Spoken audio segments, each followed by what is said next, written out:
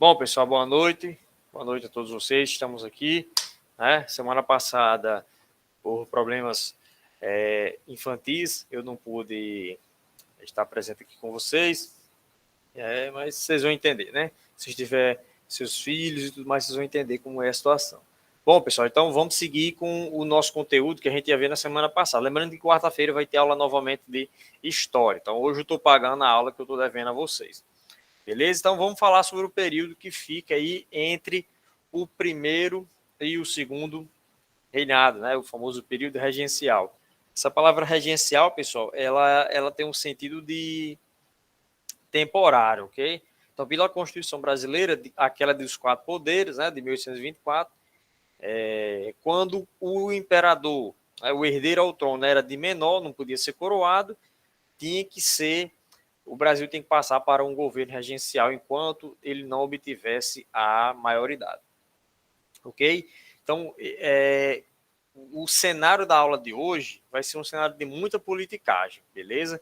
Então, a gente vai falar muito de política e de muitos conflitos, porque o que marca esse período regencial é um verdadeiro alvoroço político dentro do Brasil, revoltas, de norte a sul do Brasil, nós vamos ter revoltas contra esse governo regencial. Então, é um período muito bagunçado. E por ser um período muito bagunçado, muito cheio de detalhes, o Enem adora cobrar ele. Ok? Então, tenham todo cuidado do mundo aí com este infeliz deste período regencial. Beleza? Então vamos lá. Período regencial vai de 31, né? Quando nós temos a abdicação do Dom Pedro I, até 40, quando nós vamos ter a coroação de Dom Pedro II. De 1831 a 1840, vamos ter aí 9 anos de intensas agitações internas. Então, se tem uma palavra que resume bem, né, uma frase que resume bem o que foi o período regencial, é isso aqui, a instabilidade política, porque a gente vai ter vários lados brigando, assim como a gente tem no Brasil, né, esquerda, direita, enfim, isso aí que está rolando. O período regencial também vai ter esses lados, essa polarização política, ok? Então, é um período de bastante estabilidade política e de muitas agitações internas, né? Que é a transição até chegar o gostosão, até chegar Dom Pedro II. E é uma jogada interessante para vocês, ó. Nós vamos ter 4 governos ao longo do período regencial. Nós vamos ter 4 regências. Está aqui, ó. 1, 2, 3, 4. Observe que essa quarta está com uma cor diferente. Essa quarta está com uma cor diferente porque ela é de uma linha política diferente das outras 3. Então, nas 3 primeiras regências, nós vamos ter um governo liberal, ou seja, Bruno, qual é o sentido de liberal aí? Assim, pessoal, liberal é no sentido de um governo liberal, ou seja, o governo do Brasil não está na mão de uma única pessoa ou de um único grupo político, né? O governo vai estar espalhado entre as províncias, os governadores vão ter muito mais autonomia, as províncias vão ter muito mais autonomia. Então, nas 3 primeiras chapas, os 3 primeiros governos regenciais, o Brasil vai experimentar do que é uma república. Ok? Então, entendam desse sentido. O Brasil, durante o período regencial, vai ter um vislumbre do que é uma república dentro do Império. O Brasil era um país imperial. Mas o período regencial vai proporcionar ao Brasil uma ideia do que é ser uma nação republicana. Por quê? Porque partidos liberais vão ficar à frente do Brasil. E aí eles vão reduzir a quase nada esse negócio de imperador, até porque a gente não tinha. Dom Pedro II era um menino rei cagão, cagando as calças, tinha apenas 5 anos quando começou. Então, entendo desse sentido. A cadeira hoje está dando trabalho. Nesse sentido, o período regencial é uma pitadinha de república dentro do Império Brasileiro, ok? Então, nós vamos ter 4 governos regenciais, os 3 primeiros liberais e o último, aí volta aquela postura centralizadora de um homem com um poder total sobre o Brasil, porque aí já vai preparar o nosso país para a posse de Dom Pedro II. Então, Durante os 3 primeiros governos, avanço liberal, no último, um regresso conservador, né? O conservadorismo político, que é aquela ideia de que a gente não tem para que revolução, não tem para que mudanças drásticas, vai voltar com tudo. Ok, pessoal? Então, é assim. Então, nós temos aí 3 governos liberais, mas no finalzinho do presidencial, né, na regência Una de Araújo de Lima, nós vamos ter um regresso conservador. Beleza? Ao longo da aula vocês vão compreender melhor isso aqui, já que eu vou explicar cada um desses governos aqui. Beleza? Cada um desses governos serão explicados na aula de hoje. Deus assim permitir. Então vamos lá, ó. Olha os partidos políticos que tinham naquela época. E nós vamos falar sobre os partidos políticos, sobre as linhas políticas, né? Aqui ainda não se usava o conceito de esquerda, de direita, de centro, mas se usava alguns termos que a gente já conhece até hoje, né? Liberal, né? O conservadorismo a gente vai já usar de novo, ok? Então existiam três linhas políticas aqui. Ou você era um restaurador, ou você era um liberal moderado, ou você era um liberal exaltado, ou um liberal exaltado, pessoal. Porque existe, dentro dos liberais, existiam os liberais mais calminhos e existiam os exaltados. Beleza? Então entendam isso. Então, digamos que os conservadores são esses aqui. Ó. Os conservadores são esses aqui. Os restauradores, ou caramurus. Por que eles são conservadores, Bruno? Porque era um partido político formado por portugueses, ok? Formado basicamente por portugueses. Vou mudar a cor aqui. Formado basicamente por portugueses, descendentes de portugueses, funcionários públicos ligados ao antigo governo Dom Pedro I, ou seja, era só os babão Dom Pedro I e pessoas ligadas a Portugal. Por isso que eles são conservadores, restauradores. Eles querem que o Brasil continue sempre preso a uma monarquia, a um poder central, ok? Eram contrários a qualquer reforma política. Né? Ou seja, não tem para que o Brasil mudar, desde o jeito que está, com o rei, com seu troninho, mandando do jeito que quer. Eles eram os apoiadores do absolutismo. Então, por isso que eles são conservadores. Eles não querem mudanças. Ele quer que o negócio fique do jeito que está, mantenha os seus padrões, né, de acordo com as suas tradições. Então, os restauradores eram esses. Os restauradores ou caramurus. Sempre tem um apelido, né? Os restauradores ou caramurus. Era os conservadores daquele período. Pessoas de Portugal ou ligadas, né, ao funcionarismo público que apoiou Dom Pedro I. Eles aqui queriam que o Brasil continuasse do jeito que estava. Mas aí vem os liberais moderados. Vem os liberais moderados. Ok? São liberais, mas observe, existem 2 tipos de liberais. O liberal exaltado e o moderado. No caso, o liberal moderado eram proprietários rurais, especialmente do Sudeste.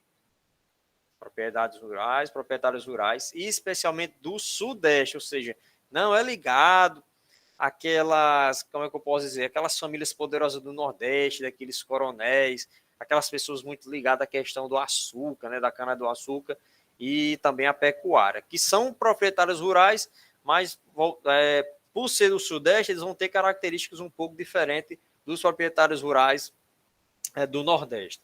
Eles eram monarquistas, ou seja, eles apoiavam o fato de existir um rei, né? E eram também escravistas. A gente não pode abolir a escravidão. Eles são moderados porque eles são liberais, mas ao mesmo tempo eles são monarquistas, ou seja, eles aceitam a ideia de que exista um rei. Por isso que são moderados. Ou chimangos. Mas aí tem os liberais exaltados. Os liberais exaltados. Esses aqui são os revoltados mesmo da vida. Os liberais exaltados, ou farroupilhas, ou jururubas.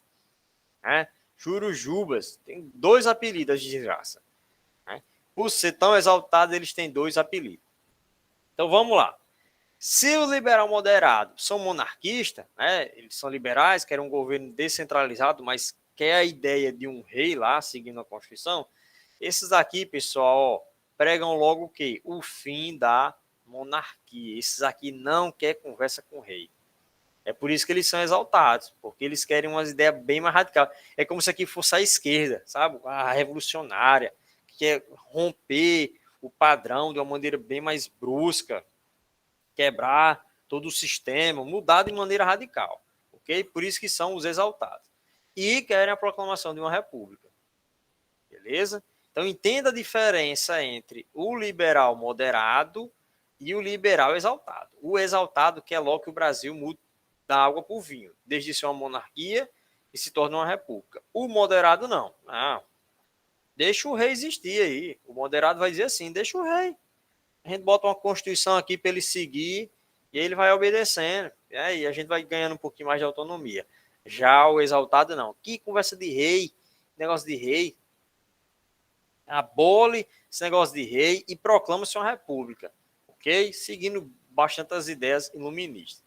Quem era que formava esse grupo dos liberais exaltados? Os proprietários rurais de regiões periféricas, sem influência do Rio de Janeiro, ou seja, proprietários rurais que viviam longe do Rio de Janeiro. Os caras não sabiam nem o que acontecia na capital do país. Né? Classe média urbana, pessoas que não têm nada a ver com o campo, e setores do exército. O exército tão humilhado, né? O exército brasileiro nesse período, pessoal, era bem desvalorizado. Os salários eram ridículos, quase ninguém queria fazer parte do exército brasileiro, ok? Então, esses eram os três pensamentos políticos daquele período. Os restauradores, né? Os conservadores, os liberais moderados, que são monarquistas, mas são escravistas, né? E os liberais exaltados, que quer uma ruptura completa com o que é o Brasil monarquista. O Brasil era monarquia e era escravista, já os liberais exaltados querem romper com tudo isso. Então, existiam três pensamentos políticos no Brasil. Vocês vão ver que daqui a pouco, esses três pensamentos vão se transformar só em dois, beleza? Você fica, Bruno, três pensamentos porque não é só dois igual hoje, direita e esquerda. Não. Daqui a pouco vai virar só dois, ok? Daqui a pouco a gente vai reduzir essas três tendências políticas a duas tendências apenas. Vamos lá para o nosso nossa primeira regência, vamos para o nosso primeiro governinho, beleza? Só mudar a cor aqui do Snipe. Primeira regência, foi a regência trina provisória. Por que foi provisória, Bruno? Porque como ela não foi eleita por eleição, como ela não foi eleita por eleição, o cara abdicou, formou-se ela nas pressas para que o Brasil tivesse pelo menos. Quem é que vai mandar agora? Não, formaram uma regência aí, um governo provisório formado por três parlamentares, representando aí vários setores do Brasil. Vai ser provisório. Depois eles vão organizar uma eleição para fazer uma permanente. Então, qual foi o objetivo da regência trina provisória? O principal deles foi isso aqui. A eleição, eles vão organizar a eleição para uma regência permanente. O provisório já está dizendo, pessoal, não é oficial, é algo só um paliativo para que o Brasil não ficasse vago. Tipo assim, ninguém está governando o Brasil e virasse uma bagunça. Então, a partir do momento que Dom Pedro I entrega a sua renúncia e vai embora, esses três homens, o parlamento brasileiro escolhe logo esses três homens para vocês vão formar o primeiro governo do Brasil aqui, regencial, e vocês vão organizar o resto da regência, até o menino completar 18 anos. Então, fica a cargo desses três homens, o brigadeiro Francisco de Lima e Silva, Nicolau Pereira dos Campos Vergueiro e José Carneiro dos Campos. Está aqui a fotinha dos três, né? Tá aqui o busto do três, esse aqui é mais cheinho, né? E o papel deles é pacificar o Brasil para essa nova fase que a gente vai viver, que é o período regencial. Beleza? Então, vão suspender o poder moderador, já que a gente não tem imperador, o imperador é um menino, não tem para que o poder moderador. Bruno, qual é esse poder moderador que eu não me lembro mais? É aquele poder que está acima dos outros três. Legislativo, executivo, judiciário, acima deles três, nós vamos ter quem?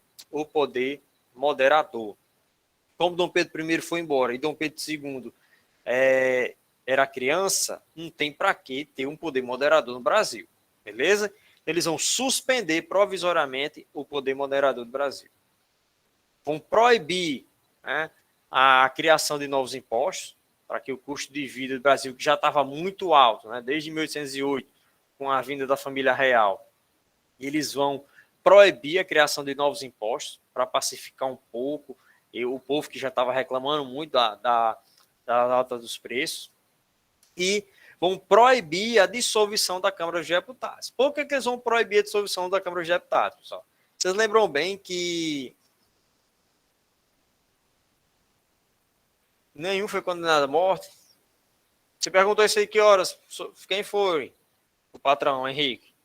Eu não estava com o bate-papo aberto, não. Agora que eu vi sua pergunta. Nenhum foi condenado à morte? Qual das pessoas que nós estamos falando? Me cita aí. Ó, eles proibiram a dissolução da Câmara dos Deputados, pessoal. Sabe por quê? Porque Dom Pedro I traumatizou os deputados do Brasil. Quando falava alguma coisa, o que é que vai acontecer? Dom Pedro I ia lá e dissolvia. Foi o que fizeram quando escreveram a Constituição de... Não. Foram não. Assim, nós vamos já falar das revoltas, viu, Henrique? Aí, nas revoltas, alguns líderes foram condenados à morte, né? Porque você sabe que o Brasil sempre, quando pegava uma revolta, caía em cima com bastante violência, né? Mas, assim, só por eles defender isso, eles ser condenados à morte, não. Mas os que lideraram movimentos separatistas no Brasil, sim, esses vão ser condenados à morte. Mas só por ser liberal exaltado, não. Ok? Só por ser liberal exaltado, eles não vão ser condenados à morte, não. Então, existe um trauma, viu, Henrique? Um trauma muito grande de que o Brasil tem esse negócio de o imperador não gostava do Congresso, o que a Câmara dos Deputados fazia lá e dissolvia, ou seja, fechava. Dom Pedro I fez isso quando escreveram a Constituição da Mandioca, né? Aquela dos 3 poderes. Foi lá, fechou e mandou escrever uma outra Constituição digna de mim, né? Aqui, então, o que é que valeu, o que vai acontecer? Valeu, patrão. O que é que vai acontecer? Essa regência trina vai começar a cortar alguns dos superpoderes do imperador. Eles vão aproveitar que não existe mais imperador, o que tinha foi embora e o que tem é de menor. Eles vão dizer, vamos aproveitar que a gente não tem ninguém aqui na cadeira do imperador e vamos transformar o Brasil em mesmo que uma república. Vocês vão ver, pessoal, tudo que eu estou falando aqui é mesmo que uma república. Sabe? Não tem mais poder centralizado na mão de ninguém, vai ser muito mais liberdade, muito mais democracia, digamos assim. É claro que não vai ser uma democracia, porque quem manda ainda é os mais poderosos. E aí, até a dissolução da Câmara dos Deputados, isso aí vai ser proibido. Ninguém tem mais o direito de fechar a Câmara dos Deputados. Ok? Como eu disse, uma das funções da regência trina provisória era organizar a regência trina permanente. E aí eles vão fazer uma eleição lá na Câmara dos Deputados e aí vamos ter um dos governos mais duradouros do período regencial, que é o da regência trina permanente. Vai de 31 até 1834. Formada por quem? Pelo brigadeiro Francisco de Lima e Silva, aquele da regência trina provisória, né? Ele representa as Forças Armadas, pessoal. João Braulio Muniz representando as províncias do Norte e José da Costa Carvalho representando as províncias do Sul. Então, observe que existe aí, né, aquela como é que eu posso dizer? Aquela ideia, vamos ter nesse governo representando todo o Brasil, das Forças Armadas do Norte e do Sul, né, para dizer, olha, temos um governo aí democrático, com representantes das mais diferentes esferas sociais. Enfim, o que vai acontecer durante a regência trina permanente que vai ser importante para o Enem? A criação da Guarda Nacional. A criação, pessoal, da Guarda Nacional. O que foi a Guarda Nacional? Foi um exército, um novo exército, digamos assim. Existiu o Exército Brasileiro, pessoal. Existia a Marinha. Mas agora, esses fazendeiros, esses homens poderosos que estão à frente do Brasil, que são liberais, eles vão achar, por que a gente não cria uma nova guarda para fazer nossas vontades? O exército é muito ligado à monarquia. A marinha nem se fala. A marinha é a cara do imperador.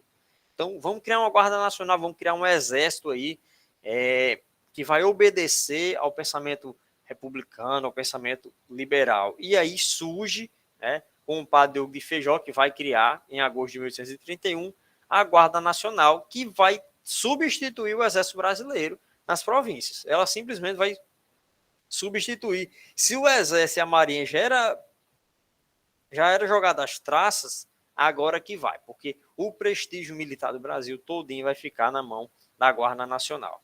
Com isso, redução do Exército e da Marinha, o número de pessoas vai cair bastante nessas duas forças armadas. O comando agora, né, das cidades vai partir para os famosos coronéis, né? Quem aqui não já viu falar na expressão coronelismo?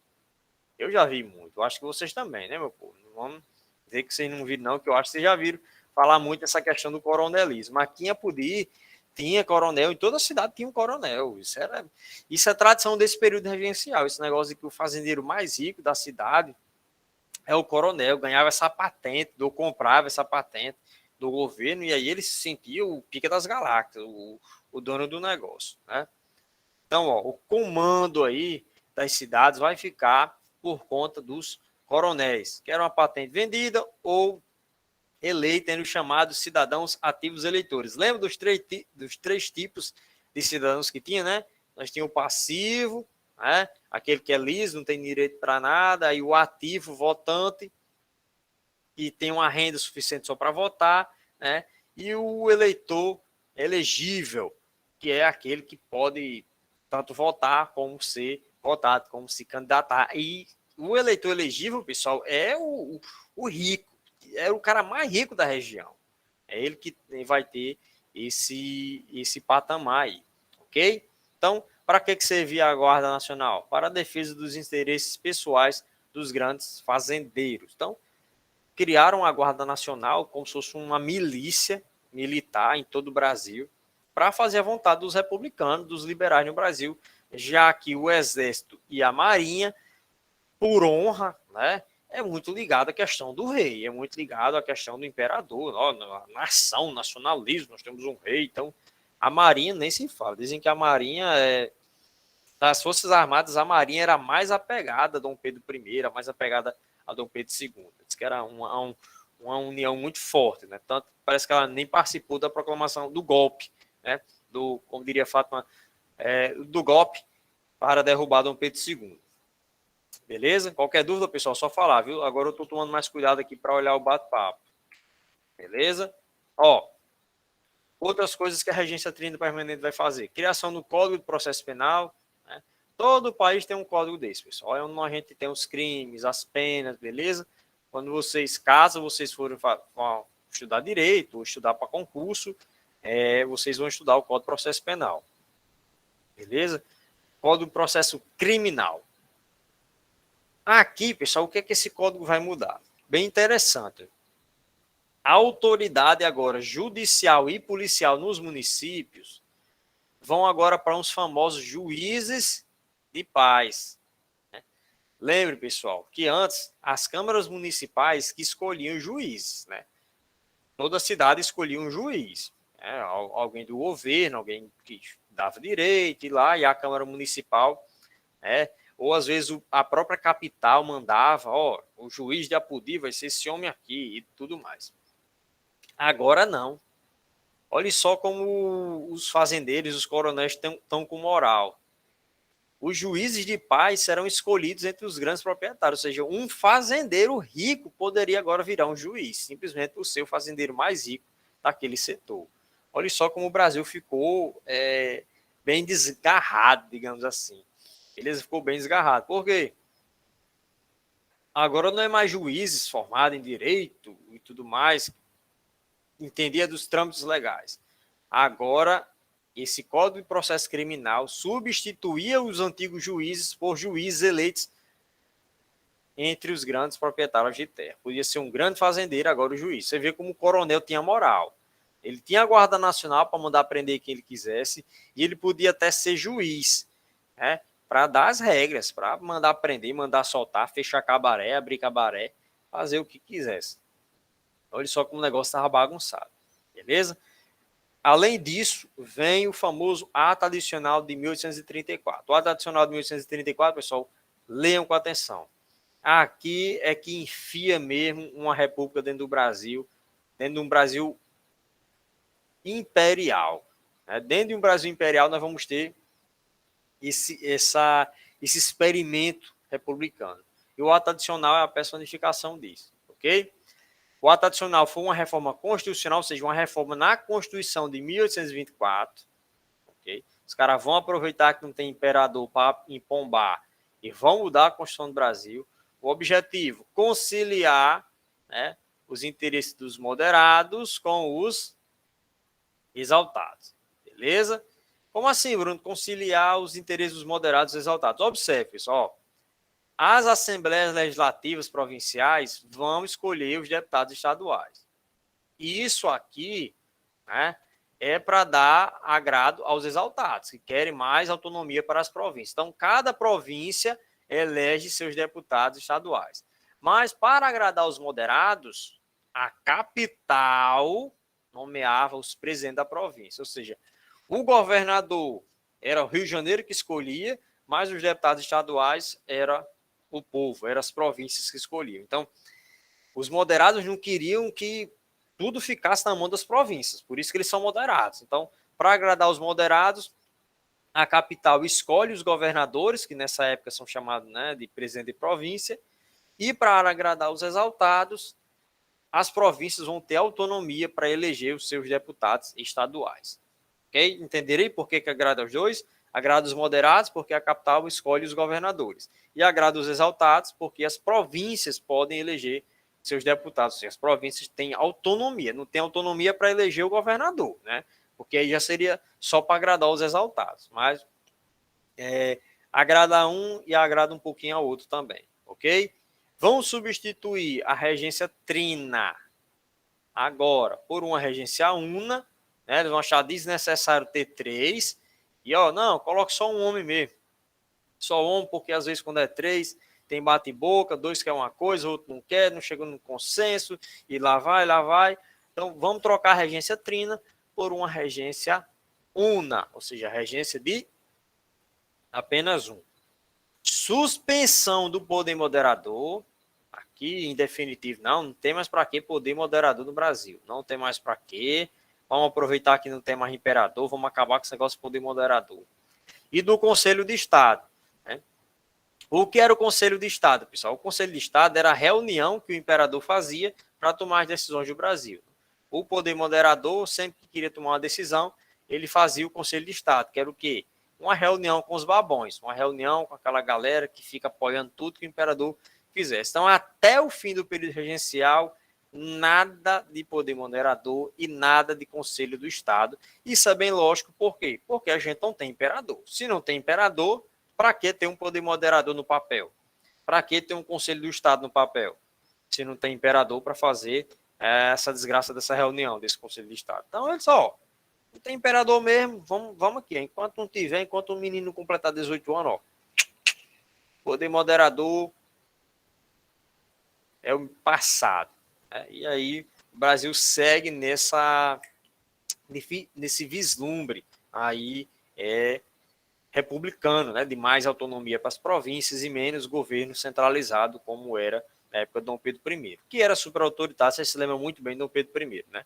Faz uma semana que a gente não se vê, mas na outra eu falei sobre o namoradorzinho do Brasil. Vocês lembram bem. Vimos as duas regências trinas, a provisória e a permanente. Agora vamos ver as regências unas, né? Primeira regência una do padre Feijó, ok? Do padre Feijó. Aqui. Vai pegar de 35 até 37, ok? Governo muito complicado. O governo desse homem foi complicado demais, porque foi mesmo no governo dele que o Brasil sofreu uma enxurrada de revoltas. Aí você pega aí a cabanagem, né? A Sabinada, a gente vai já ver todas elas, viu, pessoal? Cabanagem, a Sabinada e a Revolução Farroupilha, ou Revolta Farroupilha, que foi representada pela Globo numa minissérie chamada A Casa das Sete Mulheres. E aí, pessoal, durante o governo da regência do padre Feijó, pessoal, a gente vai reduzir aqueles 3 partidos, né? Conservador, exaltado e moderado, agora em apenas 2. Agora vamos ter apenas 2 partidos aqui, 2 linhas políticas. De um lado, nós vamos ter os progressistas. A palavra está falando, né? Progressista, queremos mudança, queremos progredir, não queremos que as coisas não possam ficar estáticas, tem que mudar. Progresso é mudança, né? Que anteriormente eram os liberais. Ó. Então, o liberal exaltado e liberal moderado, agora a gente junta tudo em progressista. Beleza? Tudo agora é progressista. Era a classe média urbana, alguns proprietários rurais e alguns membros do clero, né, pessoas da igreja, eram favoráveis à Feijó e ao ato adicional de 34, né, que deixava o Brasil bem mais republicano. E os conservadores agora são chamados de regressistas. Olha só como é interessante. Tem o progresso, os progressistas, e tem um regressista, regresso para trás, né? Ou seja, não vamos mudar o Brasil, deixa o Brasil do jeito que ele é antes, ou seja, deixa o Brasil uma monarquia, ok? Então, os progressistas eram os antigos liberais e os regressistas eram os antigos conservadores, beleza? A maioria dos grandes proprietários, né, principalmente do Nordeste, grandes comerciantes e burocratas, ou seja, funcionários, centralizadores e contrários ao ato adicional de 1834. Esses eram os 2 partidos que nós vamos ter, progressistas e regressistas. Devido à quantidade de revoltas que vai acontecer no Brasil, o governo do Padre Feijó vai ser muito criticado, e os regressistas vão começar a mostrar o seguinte, olha só, olha aqui o meu raciocínio. Desde que começou o período regencial, que o Brasil só está tendo governos liberais, governos progressistas. E o número de revoltas no Brasil durante esse período aumentou muito. Aí o que é que os conservadores vão dizer? Tá vendo aí? Ficaram com o negócio de aumentar a autonomia das províncias, ficaram com o negócio aí de liberal, exaltado, moderado, negócio de liberalismo, negócio de república. Olha o jeito que está o Brasil, confusão em cima de confusão, revolta em cima de revolta. A solução é o Brasil voltar à estabilidade política da monarquia, né? É uma monarquia sólida, absolutista. E aí os conservadores vão se aproveitar desse cenário turbulento, mas não sai o turbulento. Esse cenário turbulento, né? E vão começar a colocar na cabeça do povo que a culpa do Brasil está passando por todas essas revoltas, essa bagunça, é por causa dessas medidas progressistas. Então a solução é o regressista, ok? E aí ele vai ser tão criticado que ele vai renunciar, pessoal. Em 1830, ele vai renunciar devido a essa oposição tão grande que estava sobre ele. E aí nós vamos ter a última regência, depois que ele eu espirro bem aqui no pau da venta. Depois que ele renuncia, nós vamos ter a última fase do período regencial. Okay? A última fase do período regencial, que aí, pessoal, nós vamos ter um regressista, ou seja, os conservadores voltam ao poder, né? Então, desde Dom Pedro I, que a gente só estava tendo, desde a renúncia de Dom Pedro I, a gente só estava tendo governos liberais, agora nós vamos ter um regressista, ou seja, um conservador no poder, que é Araújo de Lima. Vai ficar aí de 39, ou de 37, perdão, até 40, né? Lembrando que o período regencial começou em 31. Então, chegando aí, né, ao retorno da centralização monárquica. Esse aqui era um projetinho de imperador. Ele vai, o Brasil tá essa bagunça por causa dessa falta de pulso, por causa dessa falta da imagem de um imperador, esses governos liberais, esse negócio de república, né? Eu ia até fazer uma piada sobre o Brasil atual, vou fazer não. Deixa quieto. E aí ele vai dizer, e aí, como é que tá a república de vocês? Como é que tá os governos liberais aí, ó? Olha essa bagunça aí, nesse caralho. Vamos voltar aqui, o regresso, vamos voltar à monarquia, um governo sólido, um governo com as mãos firmes, que tem um moral, que o povo gosta disso. O povo gosta de ver um imperador sentado no trono, que representa a nação. Isso faz com que o espírito nacional se acenda a paixão pelo povo. Enfim, ele criou todo um discurso, né? E esse discurso vai crescer dentro do Brasil, pessoal. Vai crescer muito dentro do Brasil. Esse negócio de que a solução para o Brasil nesse período é que a gente volta a ter um imperador mesmo, né? Atualmente, pessoal, existe um movimento monarquista no Brasil, né? Não sei se vocês sabem. Tem até um rapaz aqui, um colega nosso aqui, que ele é monarquista. Ou seja, existem várias pessoas que defendem que a solução para o Brasil é que o Brasil voltasse a ser uma monarquia parlamentar, ou seja, tivesse um rei, tivesse uma família real, porque isso serviria de símbolo, tem todo um poder simbólico sobre o povo, e tivesse um primeiro-ministro, enfim, nos modos da Inglaterra, tá entendendo? Existem pessoas que defendem que o Brasil deveria voltar ao modo da Inglaterra, já que o presidencialismo é essa bagunça que a gente vê, né? Ninguém sabe quem é que manda, se é o STF, se é o Congresso, se é o presidente, enfim. Existe uma linha de pensamento que defende o retorno de uma monarquia parlamentar aos modos do segundo reinado, ok?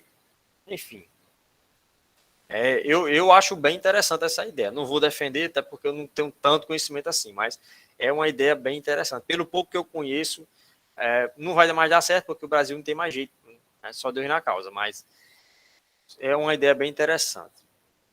Aí vamos lá. E aí chega, né? O cara que vai dizer, ó, o Brasil tá essa bagunça porque não tem poder, não tem quem mande. Cada coronel agora na sua fazenda tem a Guarda Nacional, é um juiz, o cara é um rei, agora o Brasil tá cheio de rei, cada província tem um rei, que a gente chama de coronel, ou seja, o Brasil tava todo espatifado em vários mini currais eleitorais, né? Todo mundo queria mandar, cheio de coronel o Brasil, ok? E aí ele vai tentar reorganizar o Brasil, ok? Vai tentar reorganizar o Brasil nessa situação de bagunça política que a gente estava vivendo. Beleza? Então esse é o papel do Araújo de Lima. O que ele vai fazer? Mudar a cor. Criação do Colégio Pedro II, colégio para filhos dos políticos, pessoal que tem um pouquinho mais de grana, botar os meninos para estudar lá.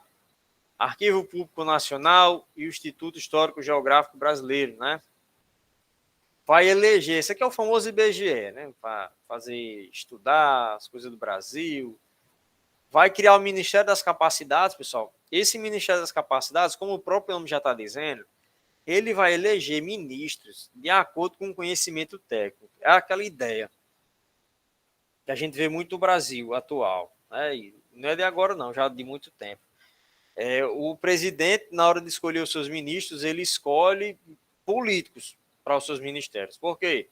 Para pegar o apoio dos partidos políticos. Então, eu sou do PT, e aí eu vou colocar o ministro da Educação, alguém do MDB, porque eu quero o apoio do MDB na eleição futura. Então, eu começo a entregar cargos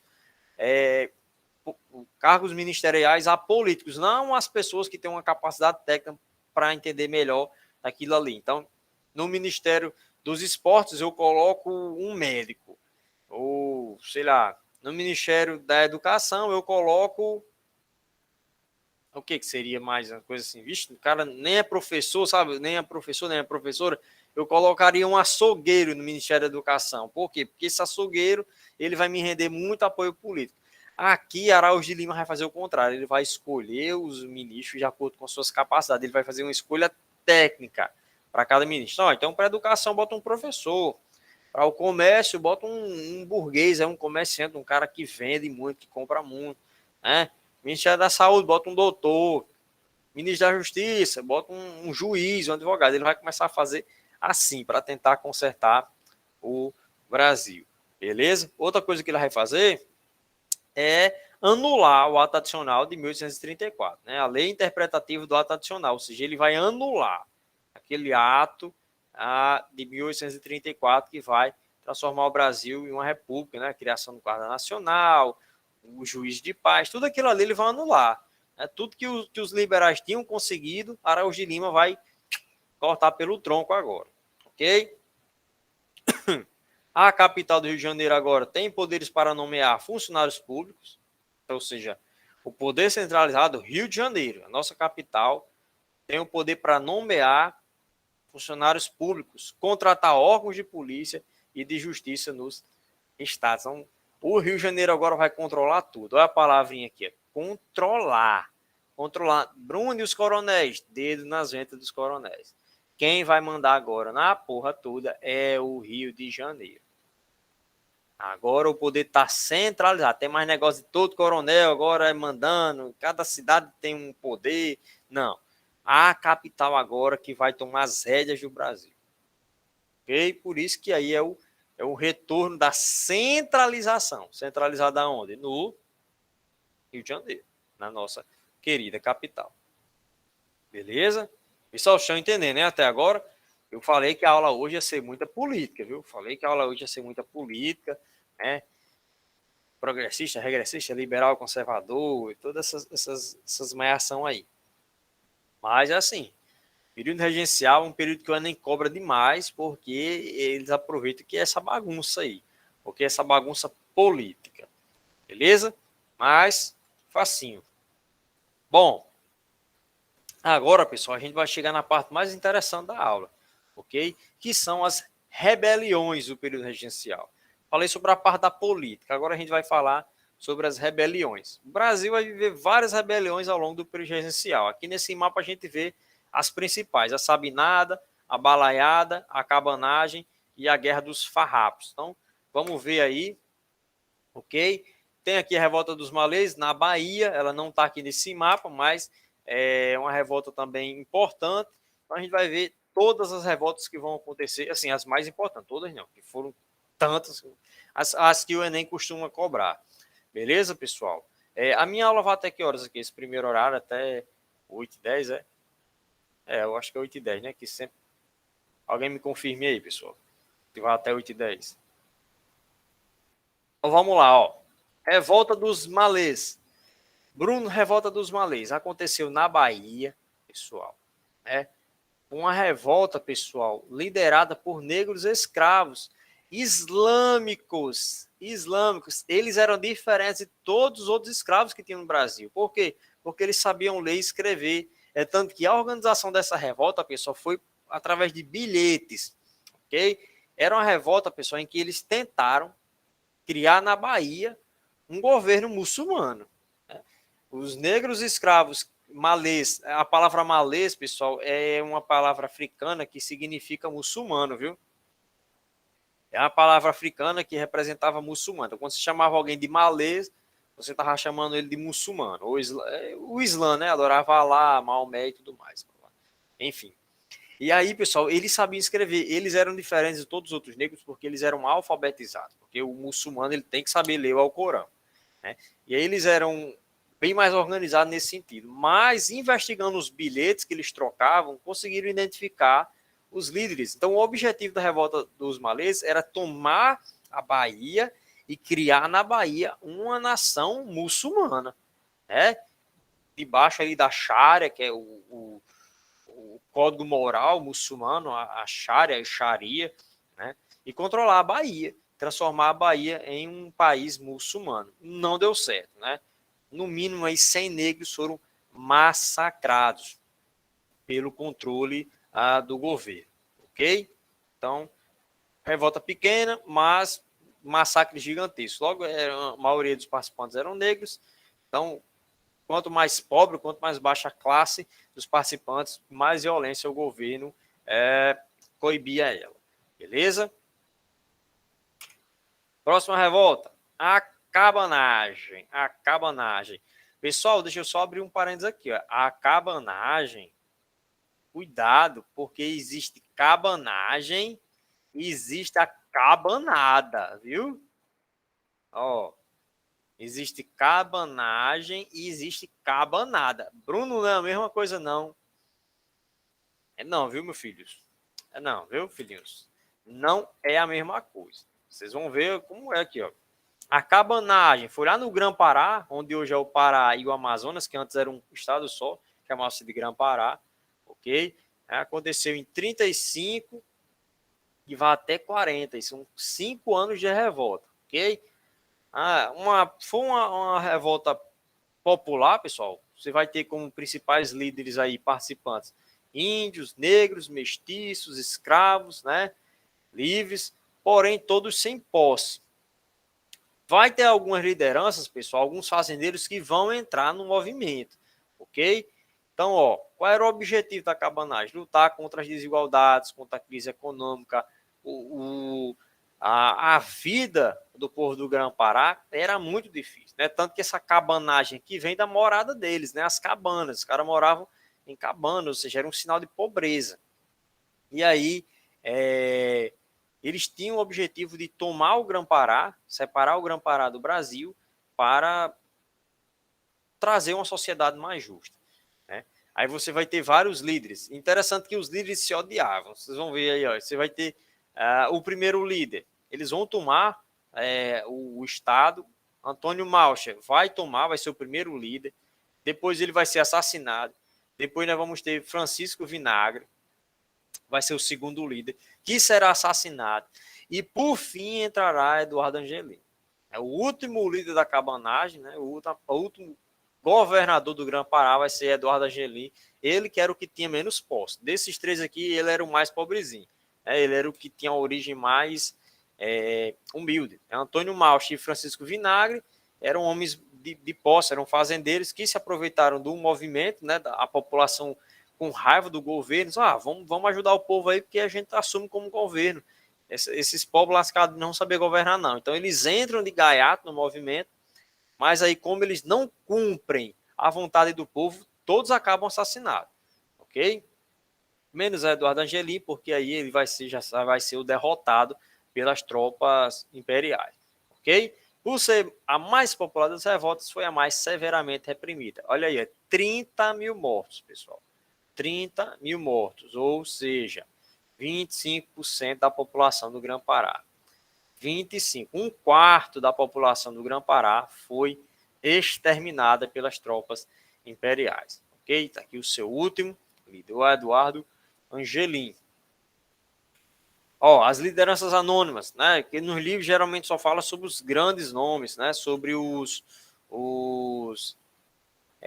cobra, viu, Letícia? Esses três aqui, cobra assim, Antônio Malcher, os irmãos Vinagres, né? O que vai assumir é Francisco Vinagre e Eduardo Angelim. Esses três aqui são os três principais homens. Tem outras lideranças, né? São as anônimas, que lideraram revoltas e tudo mais no movimento, mas como nunca assumiram o controle da província, são um pouco esquecidos. A gente vai ter aí Domingos Onça, Mãe da Chuva, João do Mato, Sapateiro, Remeiro, Gigante do Fumo, Piroca Cana, Chico Viado, Pepira, Zefa de Cima, Zefa de Baixo, Maria Bunda, entre outros. Então você fica, Bruno, que nomes engraçados. É porque, pessoal, esses nomes refletem a origem desse povo. Era um povo de origem humilde, então os nomes era apelido, era como eles eram conhecidos. Zefa de Cima, Zefa de Baixo, Chico Viado, Pepira, Piroca Cana, né? E eram pessoas que perderam a vida lutando pelas melhorias sociais no Grã-Pará. Ok? Os nomes são engraçados, mas a jornada da vida deles não foi muito engraçada, não. Então só para diferenciar, a cabanagem foi no Grã-Pará. Aí a cabanada, essa cabanada aqui, pessoal, é conhecida como o zebrão do Enem, viu? Porque muito estudante confunde cabanagem com cabanada. A cabanada, pessoal, vai ser lá em Alagoas, Pernambuco e Alagoas. Bem longe do Grã-Pará. Cabanagem, Grã-Pará. Pará e Amazonas. Cabanada, Pernambuco e Alagoas. Por que o nome cabanada, Bruno? Olha a moradia dos caras, Eram cabanas na beira dos rios. Daí você já tira que é um movimento popular. Né? Você já tira que é um movimento popular, ok? E ele vai acontecer antes da cabanagem. É tanto que a inspiração da cabanagem é a cabanada, ok? Então a cabanada vai ser de 32 a 35. E 35 é o ano que começa a cabanagem, vai até 40. Então, uma das inspirações da cabanagem é a cabanada. Principais causas. Os cabanos defendiam a volta do Dom Pedro I ao poder, ou seja, eles estavam cansados desse negócio de governo liberal, eles queriam Dom Pedro I, eles queriam um imperador, o povo queria um homem ali sentado no trono. defendiam suas terras nas florestas, que constantemente eram invadidas por proprietários rurais e comerciantes de madeiros. Pobre, nem para viver no mato estavam tendo sossego, e aí a população pobre da fronteira ali de Pernambuco e Alagoas vai se reunir nessa revolta, né? O fim, as consequências aí, em 1835, forças militares do governo na região, cerca de 4.000 soldados, foram enviados ao local onde estavam os cabanos. Centenas de revoltosos foram presos e alguns mortos em combates. Lavouras e residências, né, as cabanas que eles tinham, foram queimadas e destruídas. Aí você, Bruno, faz 10 anos que você dá aula pra gente, Bruno, você nunca falou de um movimento que deu certo. Tenham calma aí, já a gente chega lá.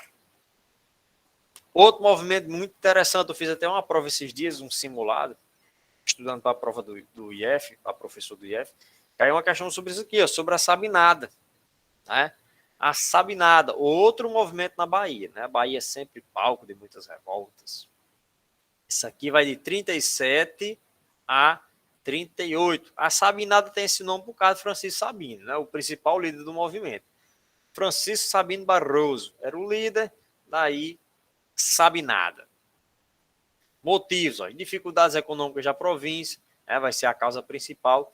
E o recrutamento forçado, ou seja, os jovens eram obrigados a se alistar no exército para ir lutar pelo Brasil contra a guerra dos farrapos lá no Rio Grande do Sul. Então, isso aqui, pessoal, gerou um boneco tão grande porque as próprias mulheres da Bahia ficaram revoltadas, porque os maridos e os filhos tiveram que ser obrigados a se alistar, a ir embora e lutar pelo Brasil no Rio Grande do Sul. Então, você está num país injusto, você está num país injusto, passando necessidade, aí de repente chega uma ordem lá do governo regencial e diz, todos os homens aí de 18 a 30 anos, todo mundo se alistar no exército para ir lá para o Rio Grande do Sul. É obrigado a ir.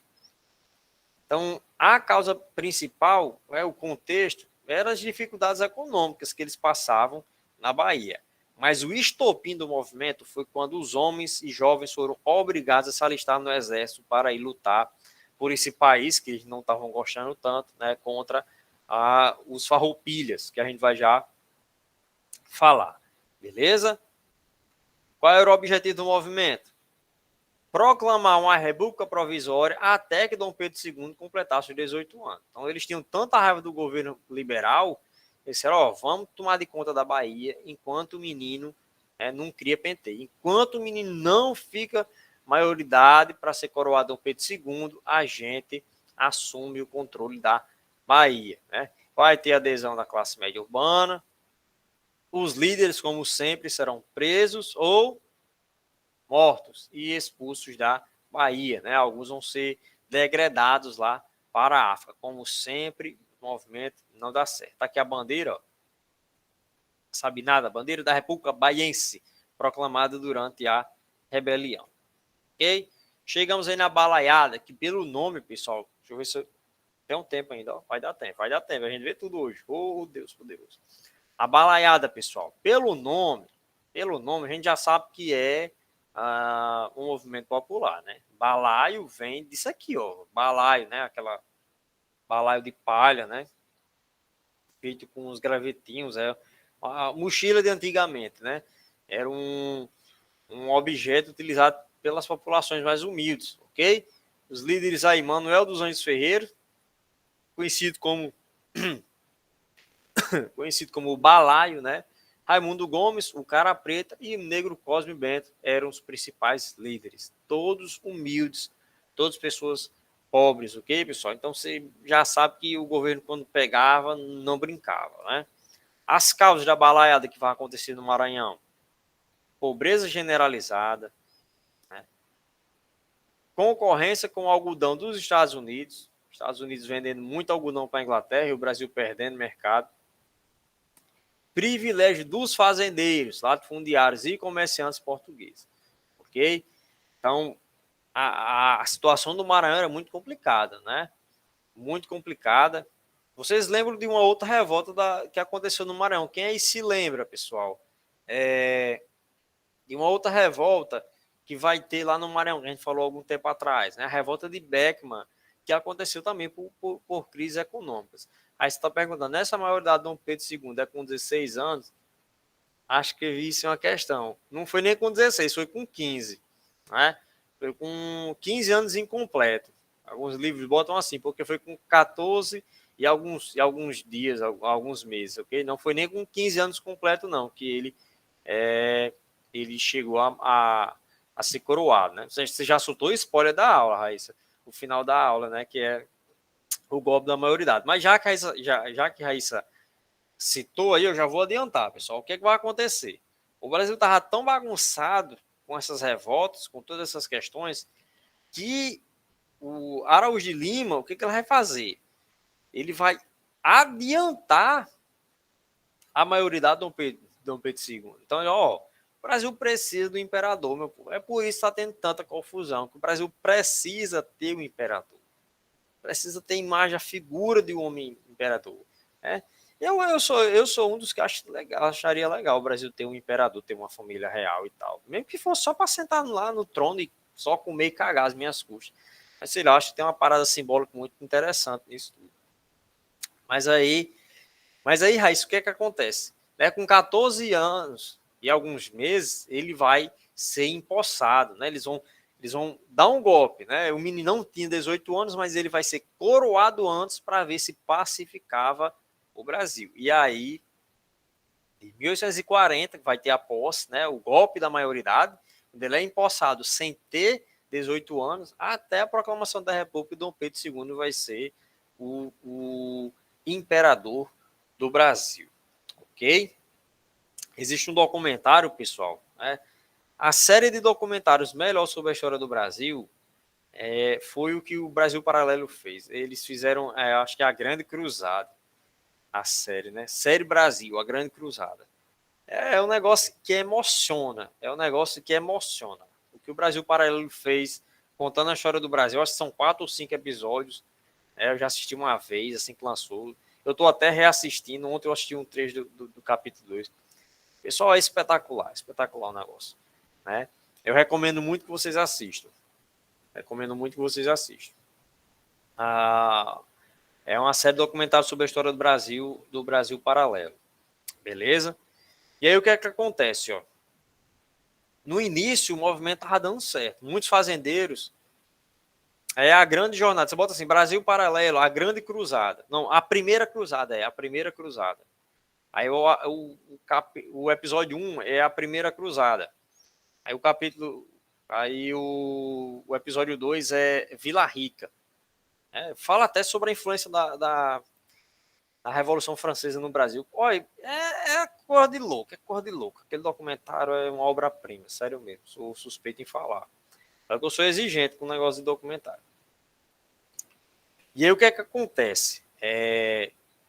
Eles vão receber apoio de alguns fazendeiros ricos. Não, nós estamos no lado do povo e tal, mas só para ser manipulado. Um fazendeiro que era do movimento denunciou todos os líderes. Um fazendeiro denunciou todos os líderes só para agradar ao governo regencial. Então traiu o movimento. E aí a cruz e a espada. Valeu, Jefinho. Capítulo 1 é a cruz e a espada. A última cruzada, capítulo 1, a cruz e a espada. Show de bola. Muito massa. Jefinho, que é Demolei, deve gostar bastante, já que o Brasil Paralelo tem uma forte influência maçônica. E aí, o que é que acontece? Foram traídos, né, e reprimidos com muita violência por Luiz Alves de Lima e Silva, né, o futuro Duque de Caxias. Luiz Alves de Lima e Silva, pessoal, ganhou esse título de Duque de Caxias porque por causa desse massacre, por ele ter acabado a balaiada, então ele ganhou esse título, né? Monarca de Duque. Beleza? Então, mais um movimento popular que foi fortemente reprimido. E aí a gente chega no último dos movimentos, a Revolução Farroupilha. Esse aqui é o que vocês vão ter que ter mais cuidado. Esse aqui é um dos que mais cai no Enem, porque ele é o mais famosão, ele foi o que durou mais tempo. Se vocês for bom de data, vocês vão ver que ele começa aqui, ó, no meio do período regencial e ele termina já dentro, pessoal, ele já termina do governo de Dom Pedro II, olha o desmantelo, foram 10 anos de revolta, meu povo. 10 anos de revolta. Ai, vírus maldito. Foram 10 anos de revolta, meu povo. Gigantesco, uma revolta gigantesca. Começou no período regencial e vai acabar no governo Dom Pedro. O pobre tinha nem 20 anos, já, meu Deus do céu, uma revolta já para resolver. Chegou o governo com 14 para 15 anos, já tem uma revolta acontecendo, já há 5 anos, ele vai passar 5 anos esquentando a cabeça com os farroupilhas, ok? Negócio muito pesado. Mas vamos lá. Por que ela durou tanto tempo e por que ela tem que ser um olhar especial, pessoal? Porque essa daqui, diferente de todas as outras revoltas que a gente basicamente já viu, ela era uma revolta elitista, toda liderada por homens ricos, liderada por estanceiros, ou seja, fazendeiros. É porque lá no Rio Grande do Sul não se chama fazenda, se chama estância. Então, o fazendeiro lá é o estanceiro e a fazenda é a estância, beleza? Toda liderada por estanceiros, homens com muitas posses, ricos, por quê? Porque produziam o charque, a carne de charque, né? O maior produtor de carne de charque do Brasil era o Rio Grande do Sul. Seus principais líderes aí, Bento Gonçalves, né? Davi Canabarro e o mercenário Giuseppe Garibaldi. Giuseppe Garibaldi era um mercenário. Você pagava, ele lutava, independente da causa. Tanto que ele participou, ele não só no Brasil, não lutou nem só no Brasil, ele lutou em vários cantos do mundo. Ele foi um dos homens que, que libertou a Itália. A unificação da Itália, Giuseppe Garibaldi é um dos grandes nomes na unificação da Itália, para você ter noção. Então, cara, você pagou, ele vem lutar. É um líder militar, assim, um mercenário. Onde você está com dinheiro, ele vai lá e luta. Mas qual foi o motivo dessa revolta, Bruno? Por que esses fazendeiros ricos se revoltaram com o Brasil? E aí eles vão querer proclamar uma república no Rio Grande do Sul. Eles vão querer separar o Sul do resto do Brasil. Bom, o governo regencial, pessoal, estava cobrando altos impostos sobre a carne de charque produzida aqui dentro do Brasil.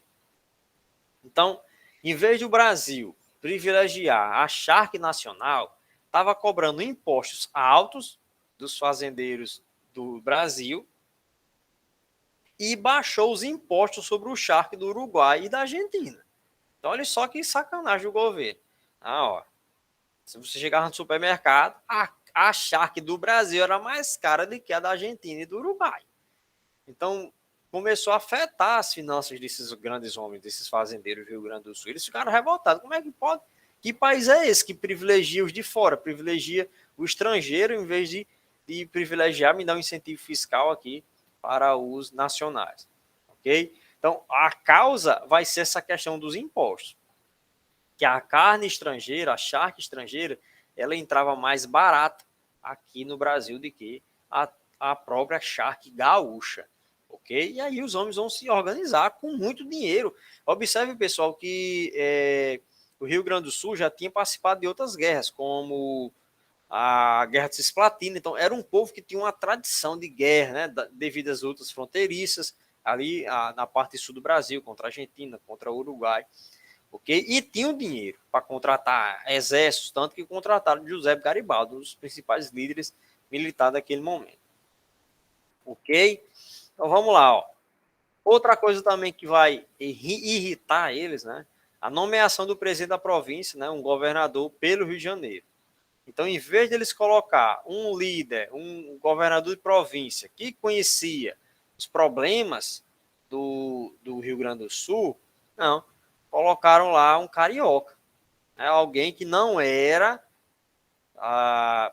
ninguém não conhecia a realidade do norte do sul rio-grandense, ok? Então, colocaram um governador que era contrário aos interesses dos gaúchos. E aí ele foi que eles se revoltaram demais. Aqui nós temos Davi Canabarro, que era cunhado de Bento Gonçalves, ok? Bento Gonçalves, que era um dos homens mais ricos do Brasil e vai ser o grande líder dessa revolta. Então vamos lá. Ele já tem experiência em combate, né, devido às guerras fronteiriças, tinha recurso, ok? Por quê? Porque era a elite daquela província. Não houve unanimidade, preste atenção nisso, porque nem todo o Rio Grande do Sul quis ceder, ou quis se separar do Brasil, né? Você pegar Porto Alegre, pessoal, Porto Alegre não quis saber de se separar do Brasil, apoiou o governo central, apoiou o governo imperial. É tanto que no brasão de Porto Alegre tem a frase, né, leal e valoroso, ou seja, olha, Porto Alegre nunca quis se separar do Brasil, sempre foi leal à coroa portuguesa. Você tem aqui a Cruz de Malta, né, que era da Organização de Cristo, né, os barquinhos, enfim. Então, não houve unanimidade, nem todo o Rio Grande do Sul quis se separar do Brasil, mas boa parte dele, sim, ok? Ó, como foi que acabou? Era diferente das outras, pessoal. Por que ela é diferente das outras? Todas as outras acabaram com os líderes, né, mortos, degolados, presos. Só que aqui a gente está falando de uma revolta que todos os líderes são muito ricos. Muito ricos. Homens que sabem negociar, estrategistas, homens políticos. E aí, qual é a moral da história aqui? Já só tem um minuto, já vou finalizar. Qual é a moral da história aqui?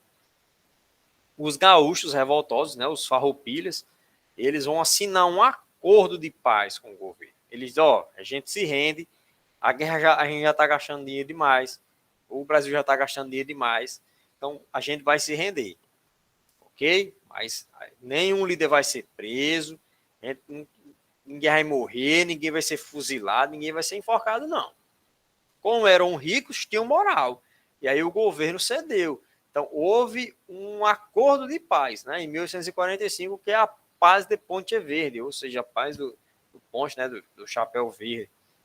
A paz de Ponte Verde. Ok, pessoal? Foi um documento, foi um acordo de paz. Então, foi a primeira vez de uma revolta, não acabou com os líderes tudo massacrados. Por quê? Porque os líderes eram tudo ricos. Os líderes eram tudo ricos e o governo teve coragem de peitar, né, de condenar um homem desse ao fuzilamento. Bento Gonçalves chegou a ser preso, né, mas aí depois foi libertado. Ok? Olha. Os farrapos, olha só como o final foi legal. Os farrapos, ou seja, os que queriam se revoltar, os que eram revoltados contra o Brasil, foram incorporados ao Exército do Brasil, ou seja, quem lutou pelo Rio Grande do Sul agora vai lutar pelo Brasil. Foi tudo juntado em um exército só, né? Permissão para escolher o presidente da província, ou seja, o Rio Grande do Sul conseguiu o que queria. O imposto vai baixar e eles agora vão ter o direito de escolher o governador deles.